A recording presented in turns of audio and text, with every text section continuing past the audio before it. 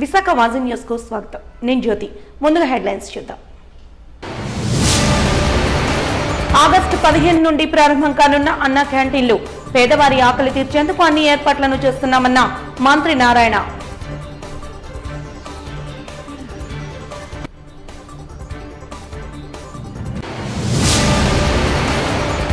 సింహగిరిలో భారీ స్థాయి ఏర్పాట్లు చేస్తున్న అధికార యంత్రాంగం.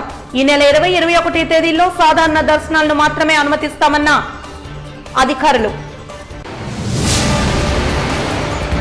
అల్పపీడన ప్రభావంతో నగరమంతటా విస్తారంగా కురుస్తున్న వర్షాలు, జలమయమైన ప్రధాన కూడళ్లు.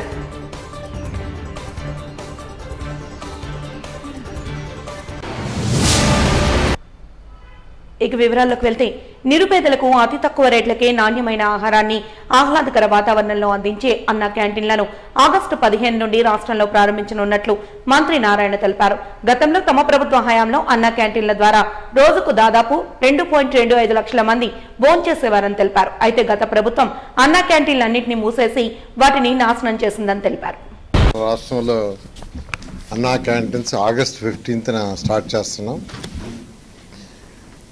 గత 2014-19 అప్పుడు ఈ అన్నా క్యాంటీన్స్ని పేదల నిరుపేదల కోసం ప్రతి పేదవాడు కేవలం 5 రూపాయలతో చక్కటి భోజనం, ఆరోగ్యకరమైన భోజనం, మంచి ప్లేసులు అంటే తినే ప్లేస్ కూడా హైజీనిక్ గాను, తర్వాత చాలా ఆహ్లాదకరంగా ఉండాలని ఆ రోజు సీఎం గారు ఆదేశించడం, దానికి తగ్గట్టుగానే రాష్ట్రంలో 203 అన్నా క్యాంటీన్స్ యాక్చువల్గా ప్రారంభించడం జరిగింది. వాటిల్లో అంటే 203లో 183 యాక్చువల్గా వర్కింగ్కి వచ్చినాయి. దాదాపు ప్రతిరోజు 2,25,000 మంది భోంచేస్తున్నారు. 2,25,000 మంది. అటువంటి అన్నా క్యాంటీన్స్ని గత ప్రభుత్వం పూర్తిగా మూసేసింది. వాళ్ళు చేయదలుచుకుంటే రూపాయికి ఇచ్చిండొచ్చు, అంటే మేము 5 రూపాయలకి ఇస్తే రూపాయి కూడా ఇచ్చిండొచ్చు, కానీ ఒక కక్ష సాధింపుతో ఆ ప్రభుత్వం చేసింది. అయితే మళ్ళీ అన్నా క్యాంటీన్స్ని ఓపెన్ చేస్తామని సీఎం గారు చెప్పడం, దాని మీద యాక్చువల్గా క్యాబినెట్లో కూడా మొన్న డిసైడ్ చేశారు. ఈ అన్నా క్యాంటీన్స్ సంబంధించి ఈ మున్సిపల్ శాఖ ఆల్రెడీ టెండర్లు, అంటే ఈ అన్నా క్యాంటీన్స్లో కొన్ని అన్నా క్యాంటీన్స్లో సెక్రటరియట్ పెట్టారు, కొన్ని అన్నా క్యాంటీన్స్ని గోడౌన్గా పెట్టుకున్నారు, కొన్ని అన్నా క్యాంటీన్స్ని బ్లీచింగ్ పౌడర్ వేసుకోవటానికి పెట్టుకున్నారు. ఇట్లా రకరకాలుగా అన్నా క్యాంటీన్స్ మొత్తాన్ని నిర్వీర్యం చేశారు. దాంట్లో ఉన్న ఆ డైనింగ్ టేబుల్స్ అన్ని తీసేశారు. కొన్ని దగ్గర ఆ డైనింగ్ టేబుల్స్ తీసి మిదిపైన వేస్తున్నారు. నేను ఈ మధ్య కొన్ని దగ్గర విజిట్ చేస్తే వాటికంతా కొన్ని మరామతులు చేయాల్సింది. దానికి టెండర్లు ఇచ్చాము. కొన్నిట్లో వర్క్ స్టార్ట్ అయింది, కొన్నిట్లో వర్క్ జరగబోతూ ఉంది. బహుశా ఈ వర్క్ అంతా నెక్స్ట్ మంత్ ఆగస్టు 10కి పూర్తి అయ్యేటట్టుగా ఆదేశించాం. ఆగస్టు 10వ తేదీకి కంప్లీట్ కావాలని. అదే గత 2014-19లో అక్షయ్ పాత్ర వాళ్ళు యాక్చువల్గా ఈ టెండర్ దక్కించుకొని వాళ్ళు ఫుడ్ పెట్టారు, చాలా చక్కటి ఫుడ్ పెట్టారు. ప్రతి పేదవాడు ఎంతో హ్యాపీగా, సంతోషంగా, ఆనందంగా తిన్నారు. నేను కూడా తిన్నా చాలాసార్లు టేస్ట్ చేయడానికి. అయితే ఈసారి మళ్ళీ టెండర్లు పిలుచున్నాం. టెండర్లు కూడా 22వ తేదీ ఐ థింక్ ఓపెన్ చేస్తారు, 22 ఓపెన్ చేస్తారు. అదే సేమ్ రేట్స్లో ఎటువంటి కొందరు అడుగుతున్న రేట్లు ఏమైనా పెంచుతారని. పెంచేది ఏం లేదు, సేమ్ రేట్స్ 5 రూపాయలతో యాక్చువల్గా బ్రేక్ఫాస్ట్ అయినా, లంచ్ అయినా, డిన్నర్ అయినా చేసే విధంగా చేయడం జరిగింది. అంతేకాకుండా అన్ని అన్నా క్యాంటీన్స్ ఒకే మోడల్, ఒకే స్టాండర్డ్. అధికారులకు కూడా ఇప్పుడు యాక్చువల్గా వీడియో కాన్ఫరెన్స్ జరిగింది. రాష్ట్రంలో ఉన్న 123 మున్సిపాలిటీస్కి కమిషనర్స్తో ఈరోజు కాన్ఫరెన్స్ జరిగింది. ఒకే మోడల్ ఉండాలా, ఒకే సిస్టమ్ ఉండాలా, ఒకే క్వాలిటీ ఉండాలని ఆ విధంగా చేయమని యాక్చువల్గా ఈరోజు ఆదేశించడం జరిగింది. ప్రతి ఏటా ఆషాఢ పౌర్ణమి నాడు స్వామివారికి ఆఖరి విడతగా శ్రీగంధం సమర్పణ చేయడం సాంప్రదాయకంగా వస్తోంది. ఇందులో భాగంగా ముందు రోజు అంటే చతుర్దశి నాడు గిరి ప్రదక్షిణ చేయడం ఆచారం. 12వ శతాబ్దం నాటి ఇక్కడే ప్రదక్షిణ ఉన్నట్టు శాసనం ద్వారా తెలుస్తోంది. 1242వ సంవత్సరంలో దీని గ్రామ ప్రదక్షిణగా శాసనంలో పేర్కొన్నారు. అప్పట్లో అతి తక్కువ మంది భక్తులతో సాదాసీదాగా జరిగిపోయే సింహగిరి ప్రదక్షిణ ఇప్పుడు లక్షలాది మంది భక్తులతో కిక్కిరిసిపోతోంది. సింహాచలేశ్వరునికి జరిగే ఉత్సవాలలో అత్యధికంగా భక్తులు హాజరయ్యే వేడుకగా పరిగణిస్తున్నారు దీనిని. ఉత్తరాంధ్ర ప్రజల ఇలవేల్పు శ్రీ శ్రీ వరాహలక్ష్మీ నరసింహస్వామి ఆషాఢ పౌర్ణమి మహోత్సవాల నేపథ్యంలో భక్తులు విశేష సంఖ్యలో గిరి ప్రదక్షిణలో పాల్గొనేందుకు సిద్ధంగా ఉన్నారు. ఈ నెల 20వ తేదీ శనివారం ఉదయం 6 గంటల నుండి మధ్యాహ్నం 2:30 వరకు స్వామి దర్శనంతో ప్రారంభమై మన్నా 2:30 3 గంటల వరకు పౌళింపు సేవ, 3 గంటల నుండి 7 గంటల వరకు భక్తులకు దర్శనాలు లభిస్తాయి. 7 గంటల నుండి 8:30 గంటల వరకు పవళింపు సేవ అనంతరం రాత్రి 8 నుండి 10 గంటల వరకు స్వామివారి దర్శనం లభించగా 21 ఆదివారం తెల్లవారుజామున 2 గంటలకు సుప్రభాత సేవతో ప్రారంభమై తెల్లవారుజామున 2 గంటల నుండి 3 గంటల వరకు చందన సమర్పణ, రాజగోపురం చుట్టూ భక్తులకు ఆలయ ప్రదక్షిణకు అనుమతిస్తామని అధికారులు తెలిపారు. ఈ మేరకు ఏర్పాట్లను జిల్లా అధికార యంత్రాంగం పర్యవేక్షించింది. నగర సిపి సంకభద్ర బాగ్చి ఆధ్వర్యంలో జిల్లా కలెక్టర్ ఎన్ఎన్ హరేంద్ర పర్యవేక్షణలో ఏర్పాట్లను భారీగా ఏర్పాటు చేస్తున్నారు. దాంతోపాటు ఇప్పటికే భీమిలి ఎమ్మెల్యే గంటా శ్రీనివాసరావు, విశాఖ ఎంపీ భరత్ తదితరులు ఏర్పాట్లను పర్యవేక్షించి గతంలో ఉన్న అనుభవాలను దృష్టిలో ఉంచుకుని భక్తులకు ఎటువంటి ఆటంకాలు కలగకుండా చూడాలని వారు ఆదేశాలు జారీ చేశారు. అంతేకాకుండా భక్తులకు సకల ఏర్పాట్లు పూర్తి చేసే విధంగా మరుగుదొడ్లు, తాగునీరు, ప్రసాద వితరణ తదితర ఏర్పాట్లను భారీ స్థాయిలో చేస్తున్నారు జిల్లా యంత్రాంగం.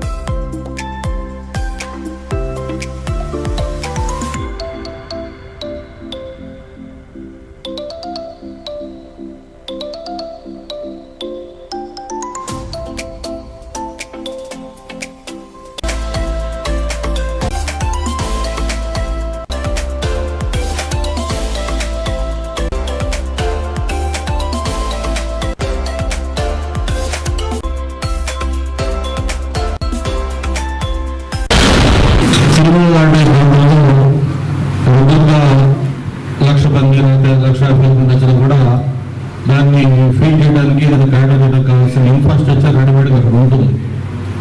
మనకి 2 రోజులు ఉన్న క్రౌడ్ మిగతా బ్యాలెన్స్ కోసం ఉండదు కాబట్టి ఈ యొక్క స్పెషల్ ఈవెంట్స్ మనకి ఆ స్పెషల్ ఈవెంట్స్కి ప్రిపరేషన్ అనేది చాలా ఇంపార్టెంట్. మరి కలెక్టర్ గారు వచ్చిన దగ్గర నుంచి కూడా యాక్చువల్గా కొత్తగా వచ్చిన ఆఫీసర్లు అందరూ మ్యాక్సిమం ఆఫీసర్స్ కొత్తగా వచ్చారు.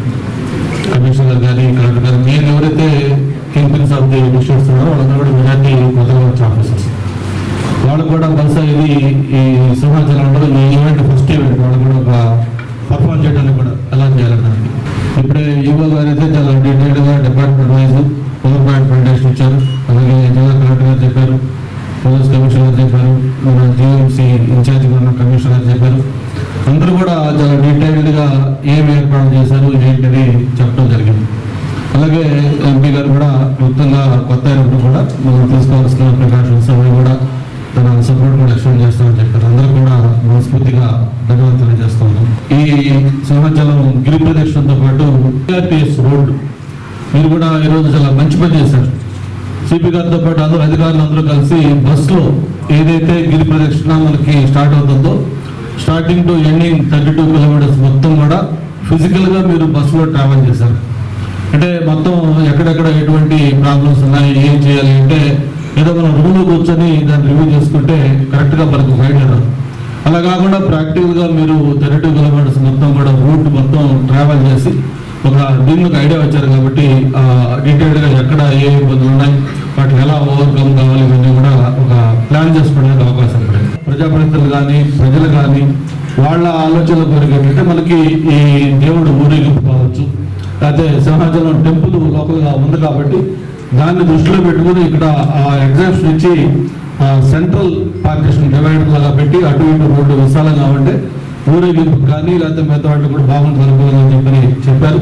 అది కలెక్టర్ గారితో కూడా చెప్పడం జరిగింది. ఆయన కూడా చూసి టైమింగ్ అట్లా చేద్దామని చెప్పారు. దాన్ని కూడా కంప్లీట్ చేస్తే మనకి గిరి ప్రదక్షిణ స్టార్ట్ అయ్యే ఒక రోజు ముందే మొత్తం ఈ రూట్ కూడా కంప్లీట్ చేసి రెడీ చేసుకుంటే రేపు ఈ గిరి ప్రదక్షిణకి ఎటువంటి ఇబ్బంది ఉంటుందని చెప్పి కూడా మరి అధికారులు తెలియజేసుకుంటూ దాన్ని కూడా కంప్లీట్ చేసి ఇందాక విశ్వనాథ్ గారు ప్రామిస్ చేశారు రేపటికల్లా అన్ని కంప్లీట్ చేస్తాం.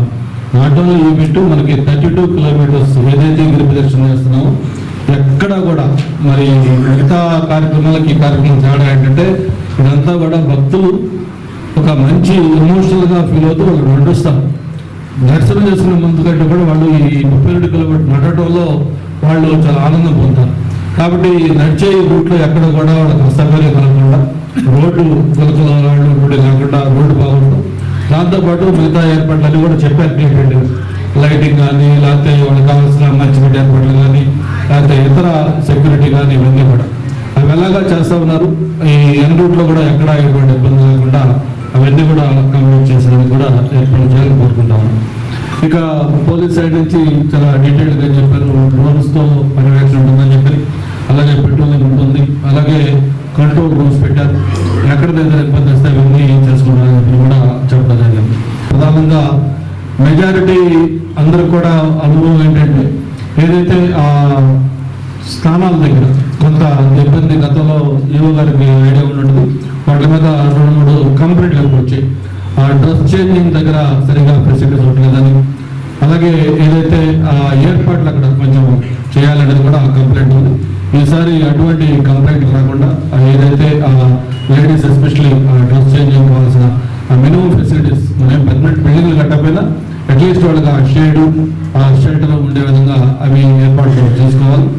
దాంతోపాటు ఈ ఆర్గనైజేషన్స్ కొన్ని వాలంటరీ ఆర్గనైజేషన్స్ అధికారులు ఎట్లా డిపార్ట్మెంట్ వైజ్ అన్ని డిపార్ట్మెంట్లో ఎవరెవరు ఏం చేయాలి వాళ్ళ రోల్ క్లారిటీ రెస్పాన్సిబిలిటీస్ అన్ని చెప్పారు. వాటితో పాటు వాలంటరీ ఆర్గనైజేషన్స్ కూడా మనకి చంద్రోత్సవానికి కానీ ఈ గిరి ప్రదేశం కానీ వాళ్ళు చాలా స్వచ్ఛందంగా వచ్చి వాళ్ళు కూడా వాళ్ళు ఈ వాటరు లేకపోతే మంచిగా లేకపోతే స్నాక్స్ బిస్కెట్స్ ఇవన్నీ చేస్తూ ఉంటారు. వాళ్ళందరూ ఉత్తర వాయువ్య బంగాళాఖాతంలో ఏర్పడిన అల్పపీడనం కాస్త శుక్రవారం ఉదయానికి బలపడి వాయుగుండంగా మారిందని వాతావరణ శాఖ అధికారి శ్రీనివాస్ తెలిపారు. 2 రోజుల పాటు కొనసాగుతున్న అల్పపీడన నేపథ్యంలో శ్రీనివాస్ మీడియాతో మాట్లాడుతూ శనివారం ఉదయం 8:30 గంటల వరకు పూరి వద్ద తుఫాను తీరం దాటే అవకాశం ఉందని తెలిపారు. తీరం దాటే సమయంలో గాలుల తీవ్రత అధికంగా ఉంటుందని హెచ్చరించారు. మరో 24 గంటల పాటు అత్యధిక స్థాయిలో వర్షపాతం నమోదవుతుందని వెల్లడించారు.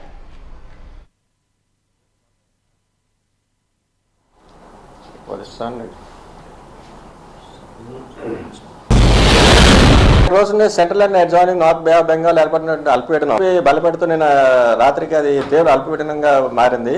ఈరోజు ఉదయానికి అంటే సుమారు మార్నింగ్ 8:30 ఆ సమయానికి అది వాయుగుండంగా మారి అది పూరికి 70 కిలోమీటర్ల ఆగ్నేయంగా పూరికి 70 కిలోమీటర్లలో వాయుగుండంగా కేంద్రీకృతమైంది. అలాగే నెక్స్ట్ ఇది మన కళింగపట్నంకి తూర్పు ఈశాన్యంగా 240 కిలోమీటర్స్ దూరంలో వాయుగుండంగా కేంద్రీకృతమైంది. ఇది క్రమేపీ నార్త్ వెస్ట్ డైరెక్షన్ అంటే వాయు దిశగా ప్రయాణిస్తూ నెక్స్ట్ 24 అవర్స్లో రేపు ఎర్లీ అవర్స్ ఆఫ్ 20th జూలైకి పూరి తీరానికి క్రాస్ అయ్యేటువంటి ఛాన్సెస్ అయితే కనిపిస్తున్నాయి. దీని ప్రభావం చేత మనకి రానటువంటి 24 గంటల్లో మన రాష్ట్రంలో అంటే పర్టికులర్లీ కోస్తా అన్ని జిల్లాల్లో కూడా విస్తారంగా ఒక మాసం నుంచి భారీ వర్షాలు వచ్చే ఛాన్సెస్ ఉన్నాయి. అలాగే కొన్ని జిల్లాల్లో అయితే భారీ నుంచి అతి భారీ వర్షాలు, అలాగే మరికొన్ని 1-2 జిల్లాల్లో అయితే ఎక్స్ట్రీమ్లీ హెవీ రైన్ఫాల్ కూడా మన నెక్స్ట్ 24 అవర్స్ వరకు కూడా మనం ప్రెడిక్షన్స్ చేస్తున్నాం. పర్టికులర్లీ చూస్తుంటే ఎక్స్ట్రీమ్లీ హెవీ రైన్ఫాల్ అయితే మనకి నెక్స్ట్ 24 అవర్స్లో అల్లూరు సీతారామరాజు అండ్ ఏలూరు డిస్ట్రిక్ట్స్లో అయితే వచ్చే ఛాన్స్ ఉన్నాయి. అలాగే నెక్స్ట్ భారీ నుంచి అతి భారీ వర్షం కూడా రిమైనింగ్ ఆల్ డిస్ట్రిక్ట్స్ ఆఫ్ ఉత్తరాంధ్రలో అంటే Parvathipuram, Manyam, Srikakulam, Visakhapatnam, Vizianagaram, Anakapalli, Kakinada, Konaseema, east and west Godavari, అలాగే నెక్స్ట్ దక్షిణాంధ్రాలో కూడా ఎన్టీఆర్, గుంటూరు ఈ జిల్లాలో కూడా భారీ నుంచి అతి భారీ వర్షపాతం కూడా నమోదయ్యే ఛాన్సెస్ అయితే నెక్స్ట్ 24 అవర్స్ వరకు మనం చూస్తున్నాం. అలాగే నెక్స్ట్ ఇప్పుడు ఉన్నటువంటి ఈ రైన్ఫాల్ యాక్టివిటీ నెక్స్ట్ రేపటికి కూడా కొంతవరకు కంటిన్యూ అయ్యే ఛాన్సెస్ ఉన్నాయి. Heavy to heavy very heavy rainfall Alluri Sitaramaraju and Eluru districts వరకు అయితే మనం ఇస్తున్నాం. ఇప్పుడు ఉన్నటువంటి wide spread rains next 2 to 3 days వరకు మన కోస్తా జిల్లాల్లో వచ్చేటువంటి ఛాన్సెస్ అయితే మనకి బ్రైట్గా కనిపిస్తున్నాయి. మన ప్రెడిక్షన్స్ మనం చేస్తున్నాం, ఫోర్కాస్ట్ అది ఇస్తున్నాం. అలాగే ఇప్పుడు ఉన్నటువంటి ఈ వాయు బంగాళాఖాతం మరియు దానికి దగ్గరలో ఉన్నటువంటి వెస్ట్ సెంట్రల్ బెంగాల్లో కేంద్రీకృతమైనటువంటి ఇప్పుడున్నటువంటి వాయుగుండం ప్రభావం దృష్ట్యా మన రాష్ట్రంలో ఉన్నటువంటి తీరంలో ఉన్నటువంటి మత్స్యకారులందరికీ కూడా వేటకు వెళ్ళొద్దని హెచ్చరిస్తున్నాం. అలాగే మన రాష్ట్ర కోస్తా తీరంలో ఉన్నటువంటి ఏవైతే పోర్ట్స్ ఏవైతే ఉన్నాయో, అంటే రైట్ ఫ్రమ్ కళింగపట్నం నుంచి కళింగపట్నం, భీమునిపట్నం, నెక్స్ట్ విశాఖపట్నం, గంగవరం అండ్ కాకినాడ, ఈ పోర్ట్స్లో అయితే 3వ నెంబర్ ప్రమాద హెచ్చరికని జారీ చేయమని చెప్పడం జరిగింది. ఎందుకంటే వీటికి స్క్వాలీ విండ్స్ స్పీడ్ ఎక్కువగా వచ్చేసే ఛాన్సెస్ ఎక్కువ ఉన్నాయని చెప్పి 3వ నెంబర్ ప్రమాద హెచ్చరిక. అలాగే మిగతా పోర్ట్స్లో దక్షిణ కోస్తాలో ఉన్నటువంటి మిగతా అదర్ పోర్ట్స్లో అంటే మచిలీపట్నం, కృష్ణపట్నం, వాడ్రేవు, నిజాంపట్నం వీటి దగ్గర వాళ్ళకి ఏదైతే DC1 అంటాం అంటే 1వ నెంబర్ ప్రమాద హెచ్చరికని ఎగరేయడం జరిగింది. అలాగే నిన్న మనం యాజ్ ఫోర్కాస్టెడ్ మనకి గడిచినటువంటి 24 గంటల్లో కూడా ఎక్స్ట్రీమ్లీ హెవీ రైన్ఫాల్ మనం ఫోర్కాస్ట్ చేస్తాం. అలాగే కొన్ని ఏలూరులో అయితే ఏలూరు జిల్లాలో 2 చోట్ల అత్యధికంగా 27 సెంటీమీటర్ల వర్షపాతం నమోదవడం జరిగింది.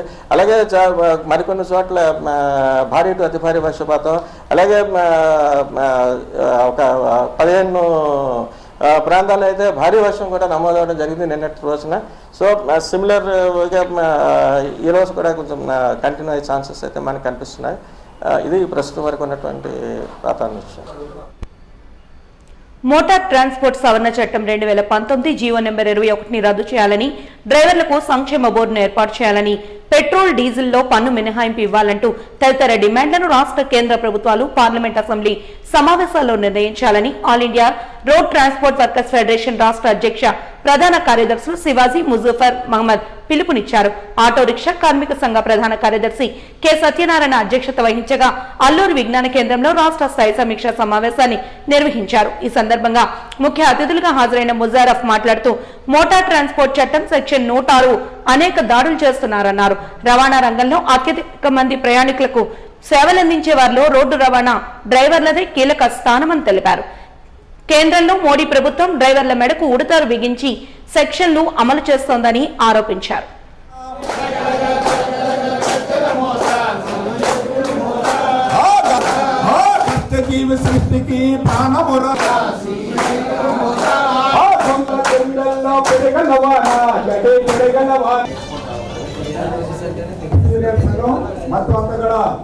కదా మన రోడ్ల మీద సిగ్నల్ దాటితే సిగ్నల్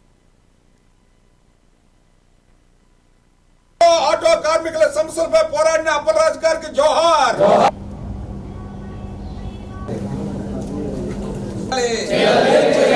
2019 రద్దు చేయాలి, ఏర్పాటు చేయాలి. కేంద్రంలో రాష్ట్రంలో నూతన ప్రభుత్వాలు ఏర్పడ్డాయి. మరి ఈరోజు రోడ్డు రవాణా పైన ఆధారపడి రాష్ట్రంలో 60 లక్షల మంది ఆటో వాళ్ళు, లారీ వాళ్ళు, టాటా ఏసీ, ట్యాక్సీ మీద ఆధారపడి డ్రైవర్లు బతుకుతున్నారు. వాళ్ళకి వెల్ఫేర్ సంక్షేమ బోర్డును కేరళ తరహా, తమిళనాడు తరహా సంక్షేమ బోర్డును ఏర్పాటు చేయాలని చెప్పేసి, అదేవిధంగా ఆటోలకు ప్రమాదకరంగా ఉన్న జీవో నెంబర్ 21ని వెంటనే ఉపసంహరించుకోవాలని, అదేవిధంగా లారీ డ్రైవర్ల పైన కానీ వీటిపైన అనేక కేసులు, అక్రమ కేసులు, జరిమానాలు విధిస్తున్నారు. వాటిని రద్దు చేయాలని చెప్పేసి ఈరోజు రాష్ట్ర స్థాయి సదస్సు విశాఖపట్నంలో జరుగుతుంది. కాబట్టి ముఖ్యమంత్రి గారు మరి అన్ని రంగాలకి మరి వరాలు ప్రకటిస్తున్నారు. మరి 60 లక్షల మంది రాష్ట్రంలో డ్రైవర్లు బతుకుతుంటే వాళ్ళ సంక్షేమం గురించి మరి ప్రకటించాలని చెప్పేసి మేము విజ్ఞప్తి చేస్తున్నాం. ఇప్పటికే ప్రభుత్వానికి వినతి పత్రాలు ఇచ్చున్నాము, ముఖ్యమంత్రి గారిని కూడా కలవడానికి ప్రయత్నం చేస్తున్నాము. మరి ఈ నెల రోజుల్లో ప్రభుత్వం ఏదో ఒక ఆలోచన చేసి డ్రైవర్ల గురించి, ఆటోల గురించి, లారీల గురించి నిర్ణయం చేయకపోతే మళ్ళీ రోడ్డు మీదకి రావాల్సి వస్తుంది, పోరాటాలు మీరు ఎదుర్కోవాల్సి వస్తుంది. దయచేసి ఆ స్థితి తెచ్చుకోకుండా వెంటనే జీవో నెంబర్ 21 రద్దు చేయటం, వెల్ఫేర్ బోర్డుని ఏర్పాటు చేయటం, లారీ డ్రైవర్లకి పెన్షన్ సౌకర్యం కల్పించాలని చేయాలని చెప్పేసి మేము విజ్ఞప్తి చేస్తున్నాం. విశాఖలో వానలు దంచి కొడుతున్నాయి. అల్పపీడన ప్రభావంతో నగరం అంతటా విస్తారంగా వర్షాలు కురుస్తున్నాయి. భారీ వర్షాలతో నగరంలోని ప్రధాన కూడళ్లన్నీ నీళ్లతో కమ్మేశాయి. మరో 2 రోజుల పాటు వర్షాలు కొనసాగే అవకాశం ఉందని ఇప్పటికే వాతావరణ శాఖ పేర్కొంది. కాగా జిల్లాలో భారీ నుంచి అతి భారీ వర్షాలు, కొన్ని చోట్ల అత్యంత భారీ వర్షాలు కురిసే అవకాశం ఉందని వాతావరణ శాఖ అధికారులు ఇప్పటికే వెల్లడించారు. భారీ వర్షాల కారణంగా విద్యా సంస్థలకు సెలవులు కూడా ప్రకటించారు. భారీ వర్షాల నేపథ్యంలో ఇంట్లో నుంచి బయటకు రావద్దని హెచ్చరికలు కూడా అధికార యంత్రాంగం జారీ చేసింది. దీంతో నగరంలోని పలు రోడ్లన్నీ జలమయమయ్యాయి.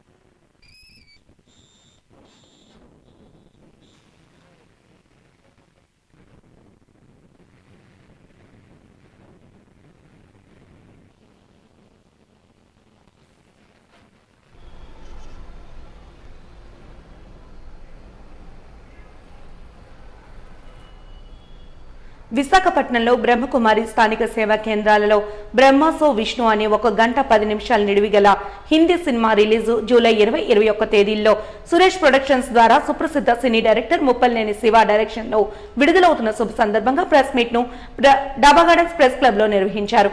ఈ మేరకు బ్రహ్మకుమారిస్ ప్రతినిధి రమ మాట్లాడుతూ సాక్షాత్తు భగవంతుని ప్రేరణతో ఒక సామాన్య మానవుడు మాధవుడిగా ఎలా పరివర్తన చెందాడన్నది బ్రహ్మసో విష్ణు హిందీ సినిమా కథాంశమని తెలిపారు.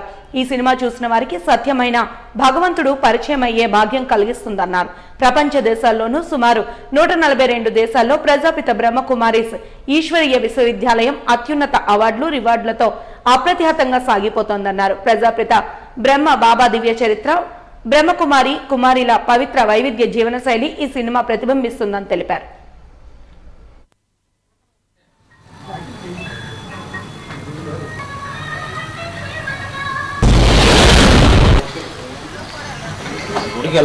బ్రహ్మకుమారి సంస్థ గుడికి వెళ్ళొచ్చు ఆయన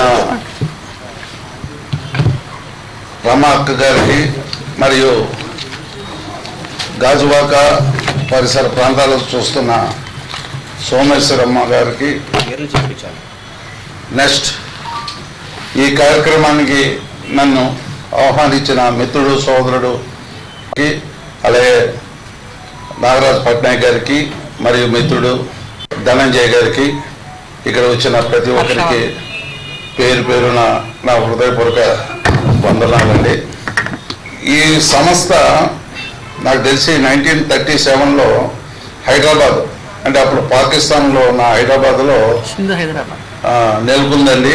ఆ తర్వాత రాజస్థాన్ మౌంటో ప్లాజాలో ఇది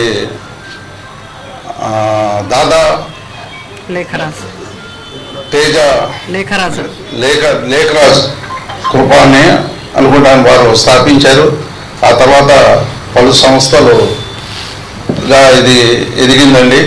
అలాగే మన దేశంలో కాదు, ఇందాక మేడం గారు చెప్పినట్లు పలు దేశాల్లో 140 సెంటర్స్లో కూడా కంట్రీస్లో కూడా ఈ సంస్థలు ఉన్నాయండి. ఈ సంస్థ చేసే కార్యక్రమాల గురించి కానీ ఏంటి బ్రహ్మకుమారి అనేది బ్రహ్మ సో విష్ణు అనే సినిమా రూపంలో ది గ్రేట్ డైరెక్టర్ మా డైరెక్టర్ గారైన ముప్పలేని శివ గారు చిత్రం ద్వారా ప్రేక్షకులకి అందజేస్తున్నారండి, చూపెడుతున్నారు. ఈ చిత్రాన్ని సురేష్ ప్రొడక్షన్స్ వారు ద్వారా రిలీజ్ అవుతుంది. మా గాజువాకలో లక్ష్మీకాంత్ థియేటర్లో అలాగే పలు థియేటర్స్లో రిలీజ్ చేస్తున్నారు. ముప్పలేని శివ అంటే ఒక మంచి డైరెక్టర్ అండి, చాలా సినిమాలు చేశారు. మీకు తెలిసిన తాజ్మహల్, దోస్తు, సురేష్ సంస్థకి చాలా ఆప్తుడు. అందుకే కాబోలు సురేష్ సంస్థ వాళ్ళు అతని మీద నమ్మకంతో ఈ సినిమాని రిలీజ్ చేయడం జరుగుతుంది. మన వైజాగ్ నుంచి కూడా ఒక ఆర్టిస్ట్ని దోస్తు అనే సినిమాలో అఖిల్ కార్తిక్ గాజువాకలో ఉంటాడు, అబ్బాయిని కూడా ఇంట్రొడ్యూస్ చేయడం జరిగింది. నాకు శివగారు రాత్రి ఫోన్ చేసి, మరి గంటల సింహబాబు గారు ఏం చెప్పారంటే తెలియదు కానీ, ప్రసన్న నువ్వు కంపల్సరీగా వెళ్ళాలి, ఫస్ట్ టికెట్ నువ్వు తీసుకో అని చెప్పడం జరిగింది. తప్పకుండా వెళ్తాను సార్ నేను. అందులో గంటల సింహబాబు అంటే మాకు ఒక ప్రత్యేకమైన అభిమానం ఉంది. ఆయన సాధారణంగా ఏ ప్రోగ్రామ్స్ పిలిస్తే ఒక మంచి కార్యక్రమాన్ని పిలవడం జరిగింది. అలాగే పట్నాయక్ గారు కూడా లాస్ట్ టైం ఒక స్కూల్ ఫంక్షన్ తీసుకుని వెళ్ళారు. చాలా గ్రాండ్గా ఉందండి వాళ్ళ పిల్లలు ఒక పర్ఫార్మెన్స్ కానీ. సో తప్పకుండా ఇలాంటి మంచి కార్యక్రమాలకి నేను ఎప్పుడూ అటెండ్ అవుతాను. నాకు కూడా సోషల్ యాక్టివిటీస్ అంటే చాలా ఇష్టం. శ్రీబాబు చెప్పినట్లు నేను గతంలో ఒక 4 చిల్డ్రన్స్ మెసేజ్ ఓరియంటెడ్ ఫిల్మ్స్ చేశాను. 9 స్టేట్ నందులు, ఆంధ్రప్రదేశ్ స్టేట్ నందులు దక్కించుకున్నాను. అలాగే నేషనల్ ఇంటిగ్రేషన్ మీద ఓ ఫిలిం మరో మార్పు కోసం అని పరిసర ప్రాంతాల్లో వైజాగ్ ఆర్టిస్టులతో తీసిన ఏకైక చిత్రం నా చిత్రమేనే నేను గంటాపదంగా చెప్పుకోగలుగుతాను. ఈ చిత్రానికి చాలా అవార్డ్స్ కూడా వచ్చింది. Wonder book of record, Telugu book of record, Dasari excellent award, కోడి వెంకటేశ్వర అవార్డు, కళారత్న అవార్డు, ఇలాగ చాలా అవార్డ్స్ వచ్చాయి. అవే వాజీ న్యూస్ ముగించే ముందు హెడ్లైన్స్ మరొకసారి చూద్దాం. ఆగస్టు 15 నుండి ప్రారంభం కానున్న అన్నా క్యాంటీన్లు, పేదవారి ఆకలి తీర్చేందుకు అన్ని ఏర్పాట్లను చేస్తున్నామన్న మంత్రి నారాయణ.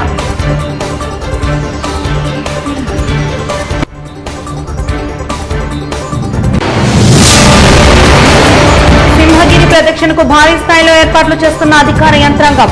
ఈ నెల 20, 21 తేదీల్లో సాధారణ దర్శనాలను మాత్రమే అనుమతిస్తామని వెల్లడి.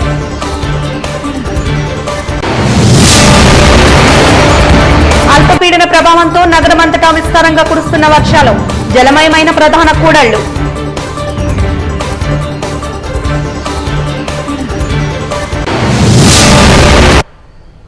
వాజీ న్యూస్ ఇంతటితో సమాప్తం. నమస్కారం.